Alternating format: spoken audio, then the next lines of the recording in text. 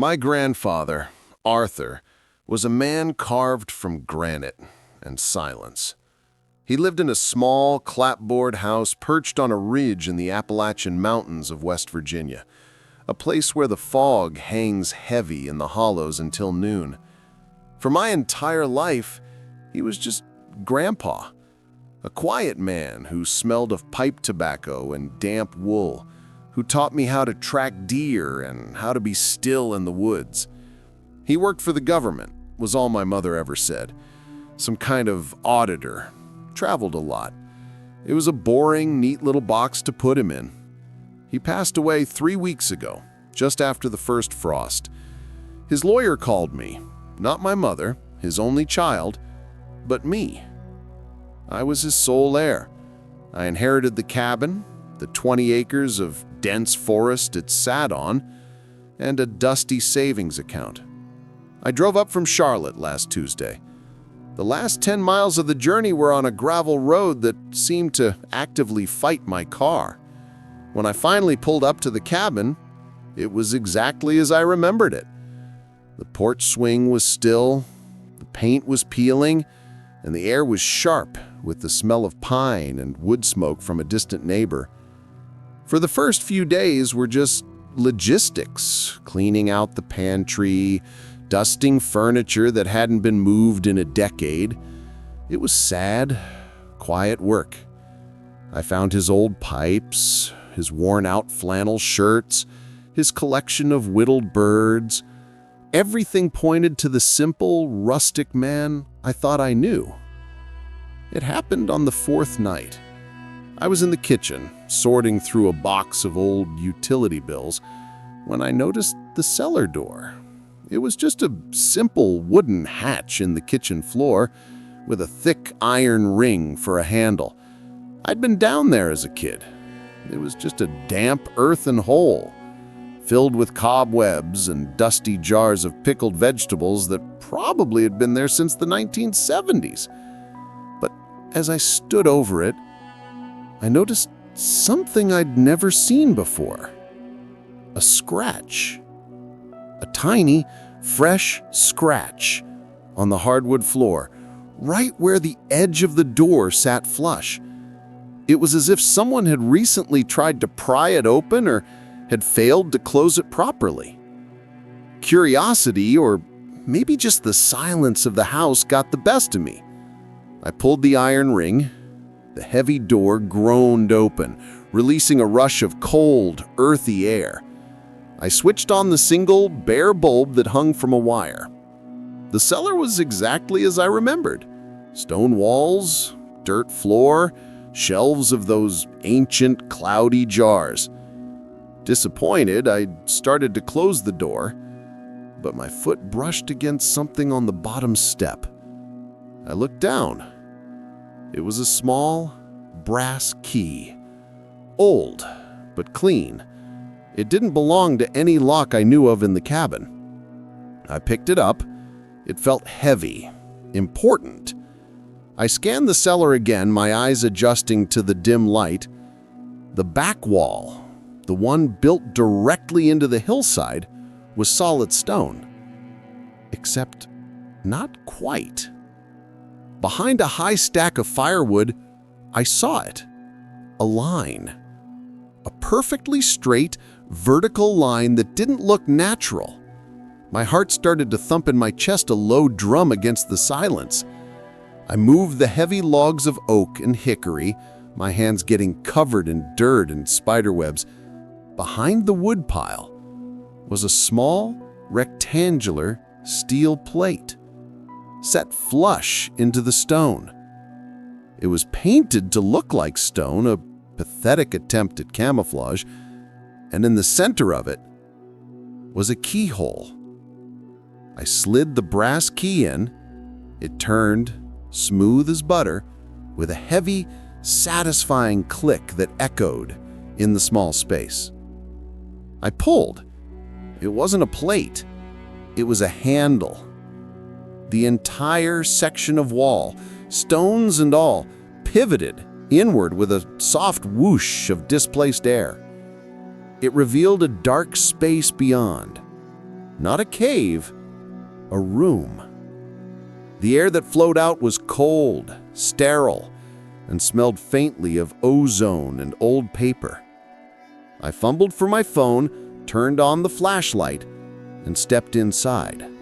The flashlight beam from my phone cut through the darkness. The room wasn't a cave, it was a vault. The air was cold, sterile, and smelled wrong, like ozone and dry, ancient paper. It was a long, narrow space, maybe 20 feet deep and 8 feet wide. The walls lined with floor-to-ceiling industrial metal shelving. It wasn't a damp cellar. It was a climate-controlled archive. A low, almost subsonic hum vibrated in the air, probably from a hidden ventilation system. My light swept across the shelves. They were packed, shoulder to shoulder, with gray, acid-free archival boxes. Hundreds of them. Each one had a small typewritten label on the front. My light landed on one. Case 047, Flatwoods, WV, 1952. My blood ran cold. Flatwoods. I knew that story. Everyone in West Virginia did. The Flatwoods Monster. It was local lore, a campfire tale. But this box looked official. My hands were shaking slightly. I pulled the box down. It was heavy. I set it on a small metal desk pushed against the far wall, a desk I hadn't noticed before. On the desk sat a single, heavy, black rotary phone. It wasn't connected to anything. I lifted the lid off the box. Inside, there were no monsters.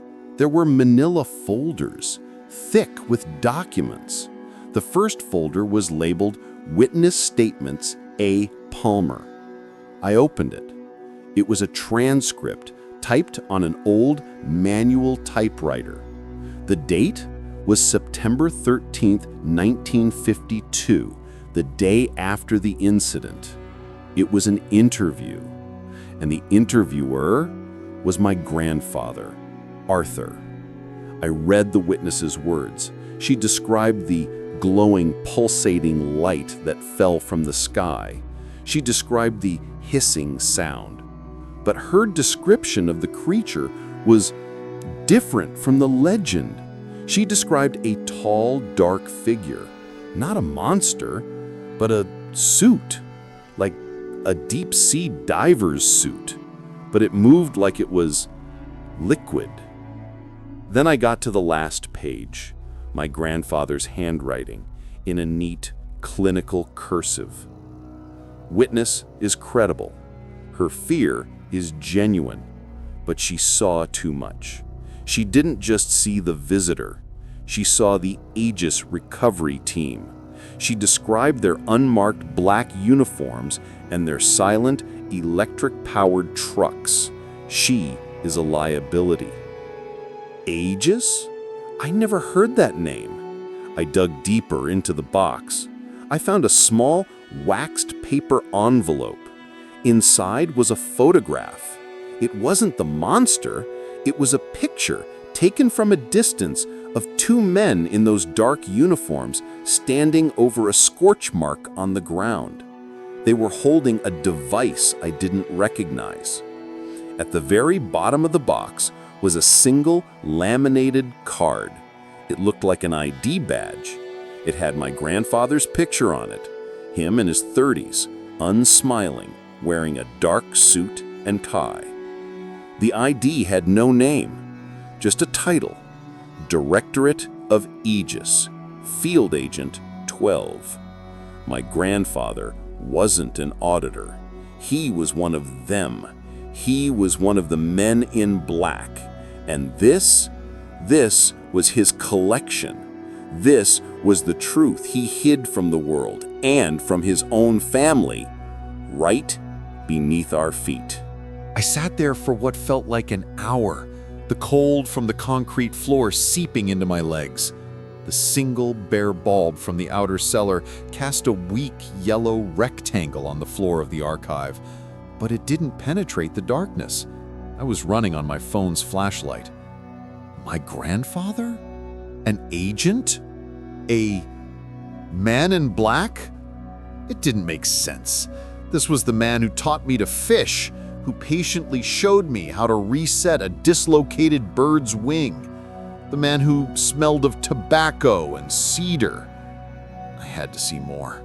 I got up, my joints cracking in the cold silence. I walked deeper into the archive. The boxes weren't just cases. The labels changed. Roswell, 1947, debris field analysis. Kecksburg, 1965, linguistics. Trinity, 1945, pre-event anomaly. He wasn't just investigating UFOs, he was investigating the entire secret history of the 20th century. Then I saw a different section, not boxes, but metal footlockers, army green, stenciled with faded yellow numbers. One, at the end of the row, was marked Artifacts, Do Not Open, Non-Terrestrial. My heart was hammering. This was insane! This was a delusion! Maybe he was a delusion, a high-functioning conspiracy theorist. But the room? The steel door? The ventilation? This was built with money. Serious, government-level money. I found the key for the footlockers on the same brass ring I'd found on the cellar stairs. The lock was heavy, oiled. It opened with a solid, satisfying thunk. I lifted the heavy lid. The smell of ozone was stronger here. Inside, laid on beds of decaying black foam, were objects. The first was a piece of metal, about the size of my hand. It looked like crumpled tinfoil, but it was a dark, purplish black. A tag was tied to it. Roswell, 47, Fragment, Sector 4. I picked it up. It weighed almost nothing. I squeezed it in my fist. It crumpled, just like tinfoil, but when I opened my hand, it unfolded, smoothly, silently. It reformed itself back into its original crumpled shape, not a single new crease. I dropped it. It landed on the foam with a soft thud. Next to it was a vial, a thick glass vial filled with a black viscous liquid. The tag said, Piedmont, M.O., 1973, biological. I picked it up. The liquid was thick like oil, but as I held it, it seemed to shiver, all on its own. I tilted the vial. The liquid didn't slosh. It crawled up the glass, moving against gravity before settling back down. This was impossible. This was tangible, physical proof. My grandfather hadn't just collected stories, he had collected evidence. At the bottom of the trunk was a small, leather-bound book. A personal log. His log. I opened it to the first page. The date was 1951. His first entry as an agent. His handwriting was crisp. I am sworn to secrecy. I am sworn to protect this country from threats beyond our understanding. The directorate is necessary. The public is not ready to know. We are the aegis. We are the shield. But as I flipped through the pages, into the 60s and 70s, the tone changed. The handwriting grew more hurried. Aegis protocol was termination. Another witness silenced. Another family destroyed. We are not the shield. We are the cleanup crew for a phenomenon we don't control.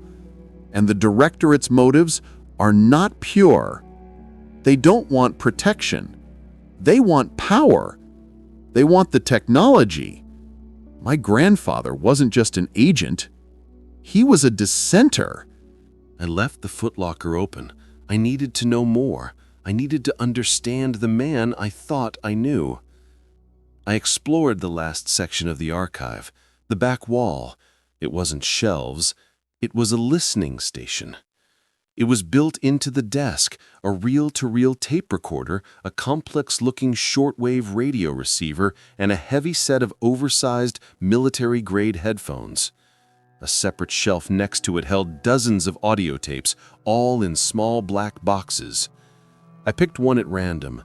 The label said, Witness 19, Maria V., New Mexico, 1958. I figured I knew what I would hear, another witness interview, another voice full of fear, but I had to listen. I threaded the tape through the machine. It was old, but beautifully maintained. I flipped a switch, and the reels began to turn with a soft, steady whir. I put the heavy headphones on. They were cold and smelled of Bakelite and old leather. They sealed out the world. All I could hear was the faint hiss of the tape. Then, a voice. "State your name, please."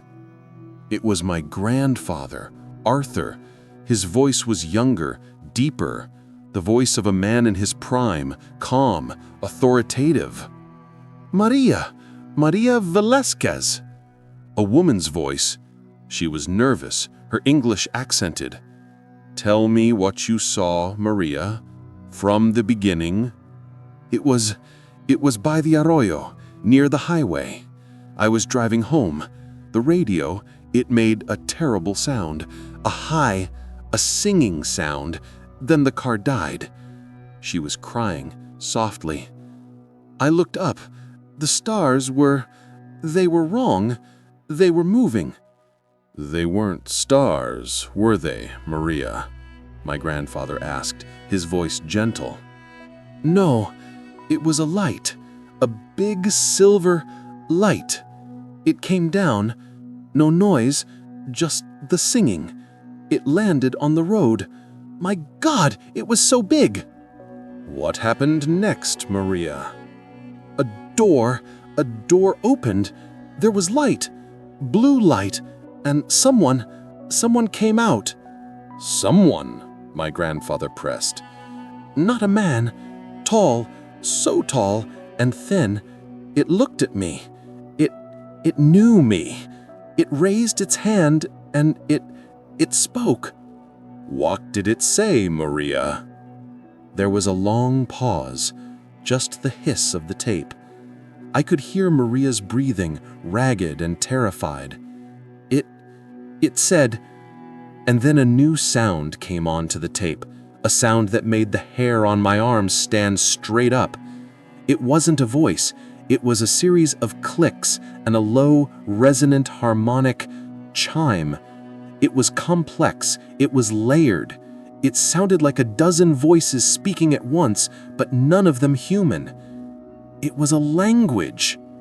My grandfather's voice cut back in, sharp. "What did you hear, Maria?" I don't remember," she whispered. I just remember the light."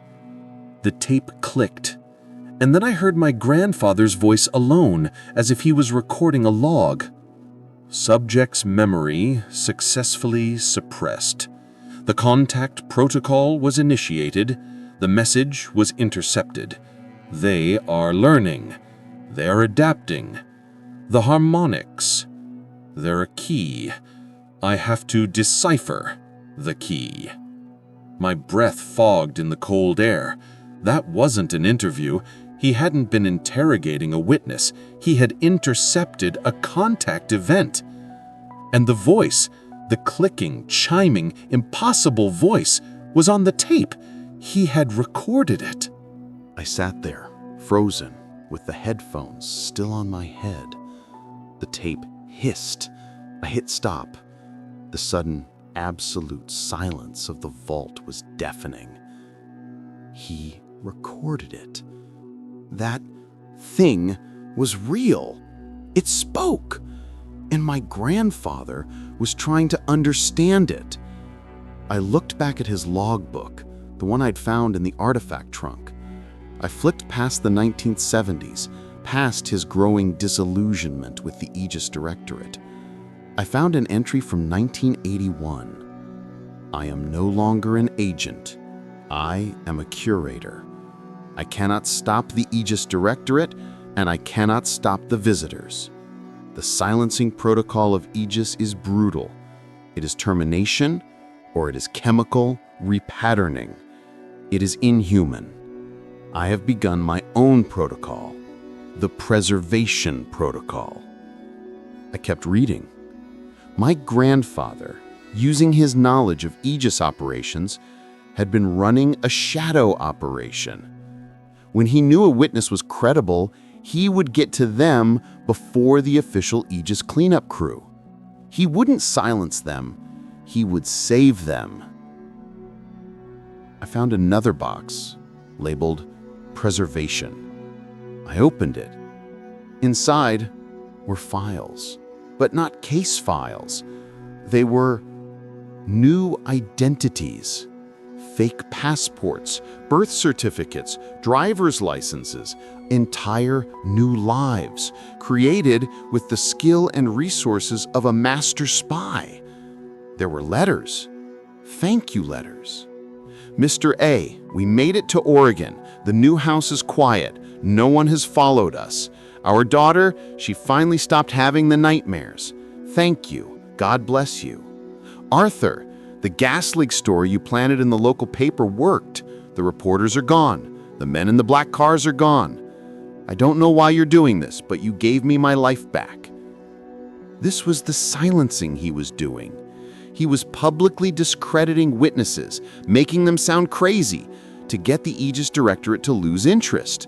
Then he was privately relocating them, giving them new names, new jobs, hiding them in plain sight. He was a double agent. He was a traitor to the men in black. He wasn't a monster. He was a protector. I found a note scribbled on a loose piece of paper stuffed into the logbook. They are not invaders. They are not conquerors. I think they are cartographers, or maybe architects. They are not hostile. They are just other, and they are terrified of us. The Aegis, they are the real monsters. They shot one down in '65, Kecksburg. They took it. They're trying to weaponize it. They are poking the hive, and I am the only one who knows how to calm the swarm. My grandfather, the quiet man who whittled birds on the porch, he had been single-handedly trying to prevent an interspecies war from a concrete bunker hidden beneath his hunting cabin. I had to get out. The air was too thin, too cold. I'd backed out of the archive, my phone's flashlight beam bouncing off the shelves. I pulled the heavy, stone-faced door shut. It closed with a soft, hydraulic hiss. I turned to the brass key, locking it. I stood in the musty outer cellar, breathing in the familiar smell of damp earth and potatoes. I felt like I was surfacing from a deep dive. I went back up to the kitchen. The sun was starting to rise. Pale, gray light filtered through the small kitchen window. It was 5 a.m. I'd been in the cellar for almost 6 hours. I made coffee, my hands shaking so badly I spilled the grounds all over the counter. I sat at the simple wooden table, the same table where I'd eaten breakfast with my grandfather 100 times. I stared at the cellar door. Everything I thought I knew was gone. The man who taught me patience and kindness was also a man who handled alien technology, who listened to impossible voices, who forged documents and spirited witnesses away in the dead of night. The Aegis Directorate. I needed to know more about them. I finished my coffee, the caffeine doing little to stop the trembling. I grabbed my phone. I sat at the table and started searching. Nothing. Aegis Directorate yielded no results. Not on Google, not on DuckDuckGo, nothing. Aegis just brought up insurance companies and Greek mythology. It was a digital black hole. Of course it was. An organization that could make a UFO incident disappear could certainly scrub its own name from the internet. So, I had to go back in. I waited until the sun was fully up, as if the daylight could somehow protect me. I descended the stairs again. I unlocked the vault. This time, I went in with a purpose. I wasn't looking for aliens. I was looking for people. I was looking for his old organization. I found a new section of files, ones I'd overlooked. They weren't cases, they were personnel. I pulled a box. Aegis, Active Agents, Internal. Inside were files on dozens of men and a few women, photos, psychological profiles, service records. My grandfather had been methodically collecting intelligence on his own co-workers. He had files on their weaknesses, gambling debts, affairs, hidden political sympathies. He was collecting leverage. I found a thick binder. It wasn't a file, it was an internal manual. Aegis Directorate, Field Operations and Containment Protocol, eyes only. I opened it. It was a rule book for the Men in Black. It detailed everything: how to create a media blackout, how to administer Class B amnestic for short-term memory loss, how to stage construction accidents or chemical spills to secure a crash site. And then I saw the protocol for hostile contact. Protocol 1. Secure the asset, the craft, the technology. Protocol 2. Contain the witness, interrogation. Protocol 3. Sterilize the event. Sterilize.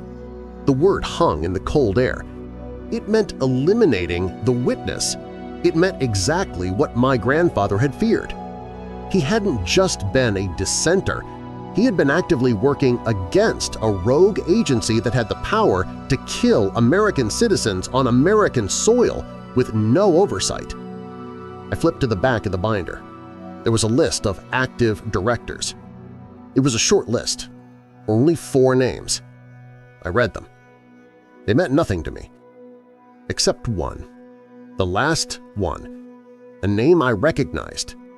A name that was, and still is, very famous. A politician. A man who was on television almost every night.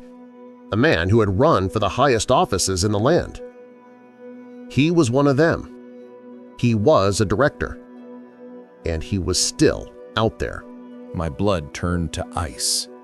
This wasn't some defunct 1950s government program. This was active. This was now. The man whose name I saw, he was powerful, untouchable, and he was, or had been, a director of this shadow government. I felt a sudden, crushing paranoia. I backed out of the vault, locked it, and went back to the kitchen. I stood by the window, looking out into the dense woods. The trees seemed different, darker. The silence of the forest wasn't peaceful anymore. It was watchful. Was this cabin safe? Why here? Why did he build this archive here? I thought about the hum, the ventilation. A system like that, running for decades, would need power, a lot of power. And it was completely off the grid. I paid the electric bill for the cabin, and it was tiny. I went outside. The morning air was cold. I walked the perimeter of the small cabin. Behind it, half hidden by overgrown rhododendron bushes, was a large, modern-looking generator, the kind you'd see at a hospital. It was painted camouflage green. It was running, but it was almost perfectly silent. I followed a thick, armored cable from the generator. It didn't go into the cabin. It went straight into the ground, into the hillside that the cellar was built against. He had his own power source. I went back inside, back down into the vault. I had to know why. I searched for cabin or location. I found a large rolled-up tube. I pulled it out and brought it to the desk. I unrolled it. It was a a massive geological survey map of West Virginia and the surrounding states. It was covered in my grandfather's neat red ink annotations. The red lines didn't mark roads. They marked geological fault lines, ley lines, magnetic anomalies. And the red pins weren't random. They marked the case files, Flatwoods, Kecksburg, dozens of others. Every major sighting, every contact event happened directly on top of one of these lines. It was a grid, a network. I found a set of blueprints for the cabin, but they showed more. The archive room was just an antechamber. The blueprints showed another room behind it, a deeper one, built right into the mountain. It was labeled Observatory. And on the blueprint, a note from the architect. Location is ideal. The quartz deposit in the mountain will amplify all telluric current. The nexus is stable. This cabin, this land, it wasn't a hunting lodge, it wasn't a hiding place, it was a listening post. My grandfather hadn't just retired here, he'd chosen this spot because it was an intersection, a nexus for whatever this phenomenon was. He wasn't hiding from them, he was studying them, and he was studying the Aegis. He was a watcher. And he had built his fortress right on top of the very thing they were all fighting over. An observatory, a nexus. My head was spinning. I looked at the back wall of the archive, the one that, according to the blueprints, should have had another door. It was solid shelving. I pushed against the shelves. They didn't budge. I ran my hands along the edges, looking for a latch, a seam. Nothing. This was a puzzle, and I didn't have the key. I went back to the desk. I looked at the black, disconnected rotary phone. It was the only thing on the desk that seemed out of place. It was heavy, made of solid steel. I picked it up. There was no dial tone, of course. I examined it. Why was it here? I turned it over. Taped to the bottom was a small, yellowed piece of paper. On it, a phone number. Just 7 digits. A phone number. For a phone with no line. I looked at the rotary dial. This was it. It wasn't a phone. It was a lock. My hand was shaking again. I put my finger in the dial for the first number. I pulled it to the stop. The sound of the click, click, click as it returned was deafening in the silence. I dialed the second number, the third. I finished the last number. There was a loud clunk from the back of the room. I turned. The entire massive shelving unit on the back wall was sliding to the left, disappearing into the stone. It revealed another, darker doorway. The air that came out of this new room was warm, and it carried a sound. The sound from the tape, the low, harmonic, chiming sound. It was coming from inside. I stepped through the doorway. This room was circular. The walls were not stone, but smooth, black metal. And in the center was a machine. It was a chair, a large, complex chair like a pilot's seat, surrounded by copper coils and panels of dark, smooth glass. It was pointed at the far wall, which wasn't a wall at all. It was a screen. And on the screen was a map of the ground beneath me, a 3D holographic map of the Earth showing the energy lines and the lights. There were lights moving along the lines, like subway cars on a track. I looked for a file, a log, anything to explain this. I found a different logbook on a pedestal near the chair. This one was newer. The entries were from the 90s, the 2000s. The handwriting was shaky, my grandfather's, but older, tired. "The directorate is blind," he wrote. "They think the technology is the prize. They think they can capture it, weaponize it, but they are wrong. The technology it's a language. It's a gift. and they are desecrating it. I flipped to the last few pages. The entries were from this year. He knows. Orion. He knows about this place. Orion? I'd never seen that name. I searched the Aegis personnel files I'd seen earlier. I found him. Handler, Orion. A photo of a thin, smiling man in a suit. He looked pleasant, like a college professor. My grandfather's note was scribbled next to the photo. Orion suspects me. He's hunting the leaks. He doesn't believe in preservation, only sterilization. He's a zealot. He believes this is a holy war. The last entry, it was dated just 1 month ago, 3 weeks before my grandfather died. He's watching the house. I can feel him. He's close. The archive is compromised. My death will not be natural. I have to lock it down. I hope it's you who finds this. I hope you're ready. He didn't die of a heart attack. He was murdered. Orion. He was murdered by Orion. And Orion is still out there, and he's looking for this room. He was murdered. The thought echoed in the chiming, warm room. He was murdered, and he left this, all of this, for me. I backed out of the observatory, the harmonic sound fading as the heavy shelving unit slid back into place with a thud. The silence of the outer archive felt heavy, dangerous. I was no longer an heir, sorting through a dead man's past. I was a witness. I was the new curator. I looked at the files, the boxes, the tapes with new eyes. This wasn't a history. It was an arsenal. It was leverage. It was the only thing keeping that politician and the zealot Orion from tearing this country apart to get at the technology they didn't understand. I had to know. Why me?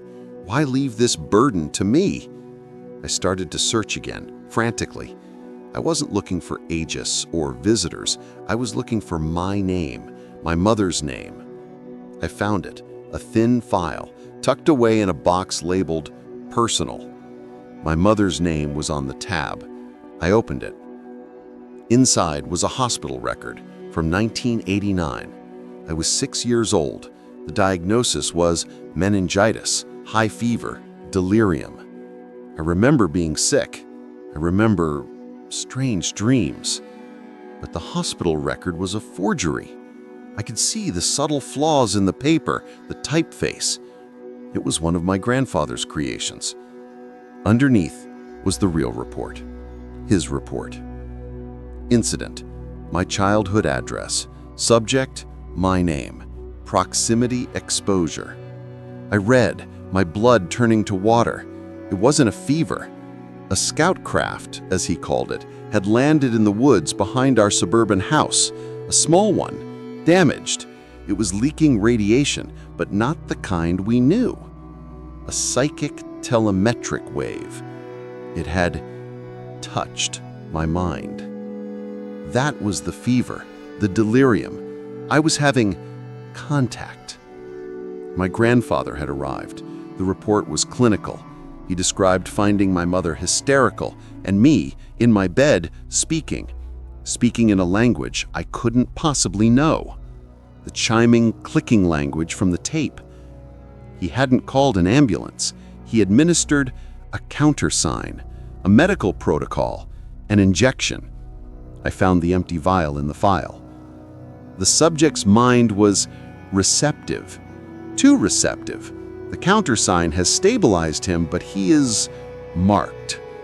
The visitors will recognize him, and so will the directorate. He will never be safe. I have to build the shield. I have to protect my bloodline. This whole archive, this cabin, this was the shield. He wasn't just protecting strangers. He was protecting me. My entire life, he hadn't been the quiet, distant grandfather. He had been my silent, invisible guardian, watching from the shadows. And my illness was the reason. I wasn't just his heir. I was part of the phenomenon. I closed the file. I finally understood. My inheritance wasn't the cabin. It was the condition, the mark he mentioned. This archive wasn't a burden. It was a toolkit, a survival guide. I spent the next several hours in a daze, moving through the vault. I looked at the strange, self-repairing metal. I looked at the vial of living liquid. I looked at the listening station, the tapes of impossible voices. This was my world now. I went back into the observatory. I sat in the chair. It was comfortable. The dark glass panels lit up at my touch. The holographic map of the Earth floated in front of me.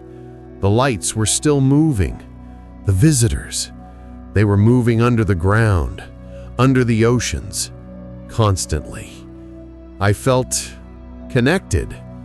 The low, chiming hum wasn't just in the room, it was in me.